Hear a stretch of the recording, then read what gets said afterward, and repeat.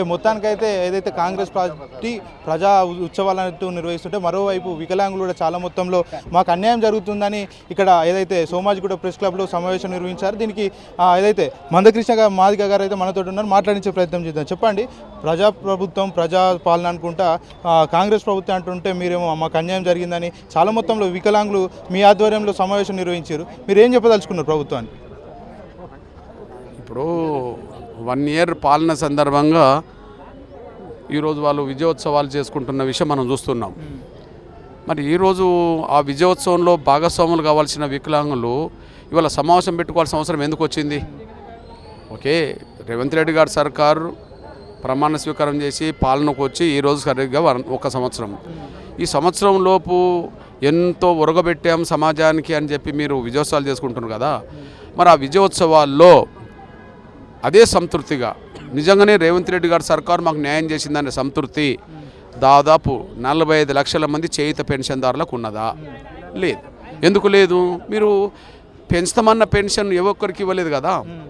Okay, మీరు 2000 నుంచి 4000 వరకు వికలాంగుల వృద్ధుల వితంతుల పెన్షన్ చేయుత పెన్షన్లు ఇస్తానన్నారు.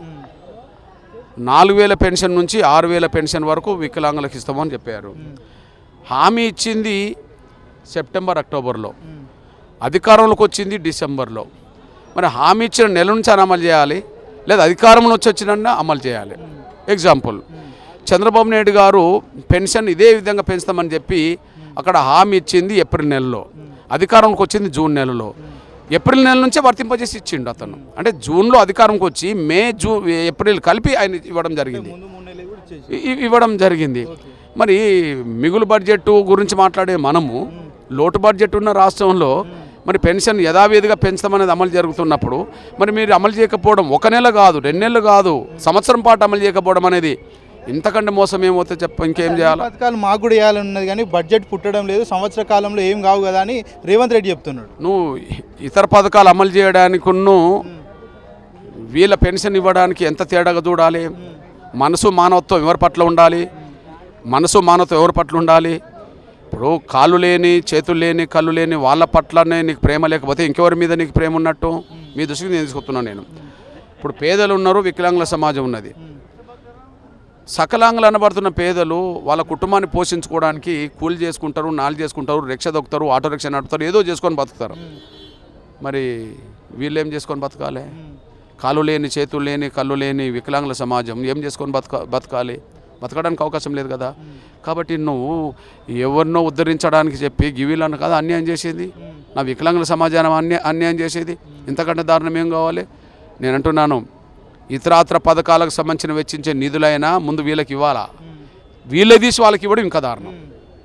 వాస్తవంగా ఏదైతే ఉచిత బస్సు రవాణా ఉందో వీళ్ళకు లబ్ధి చెందలేదని కూడా చెప్తున్న సందర్భం ఉంది. ఏం చెప్తారు ఆ విషయంలో? నిజమే, ఇప్పుడు మహిళలకు ఉచిత బస్సు సౌకర్యం అని ఇచ్చారు.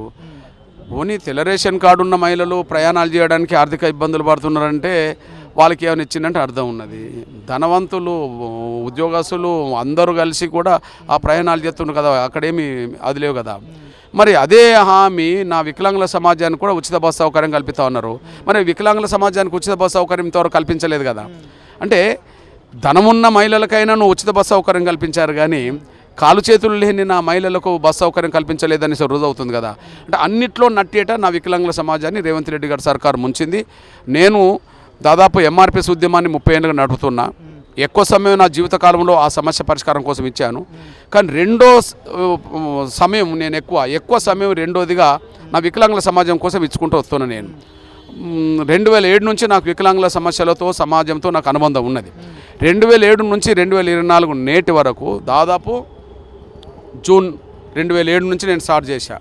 అంటే దాదాపు 17.5 సంవత్సరాలు. ఇప్పుడు ఈ 17.5 సంవత్సరాల కాలంలో నేను వికలాంగుల సమస్యల మీద నిరంతరం అది చేసుకుంటూ వస్తున్నాను. నేను దానివల్ల దేశంలో ఎక్కలేని విధంగా పెన్షన్ పెరగడం, వాళ్ళ సదుపాయాలు జరగడం జరిగింది.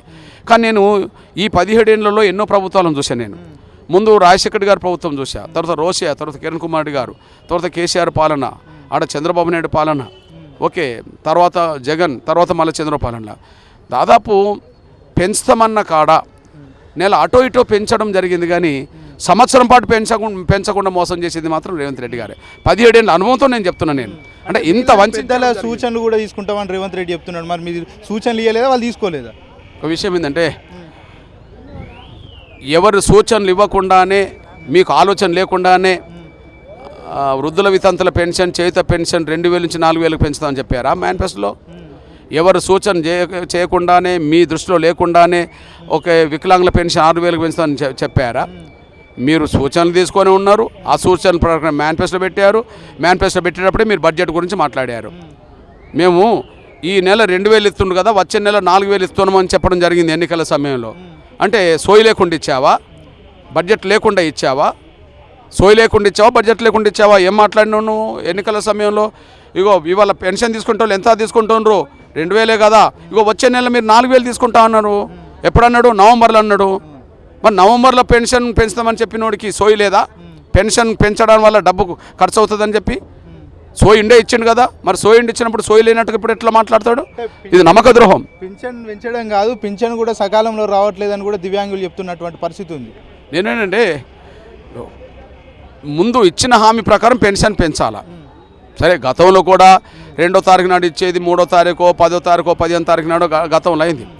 వాస్తవానికి ఉద్యోగస్తులకు నెలవారీ జీతాలు ఒక రోజు లేట్ అయినా ఇబ్బంది ఏం లేదు. కానీ నా వికలాంగుల సమాజం చేయుత పెన్షన్దారుల పెన్షన్లు మాత్రం మొదటి వారం మొదటి నెలలో ఇవ్వాలని చెప్పి నేను డిమాండ్ చేస్తున్నాను. నేను రానున్న రోజుల్లో కార్యాచరణ ఏం తీసుకోదలుచుకున్నారు ఈ విషయంలో?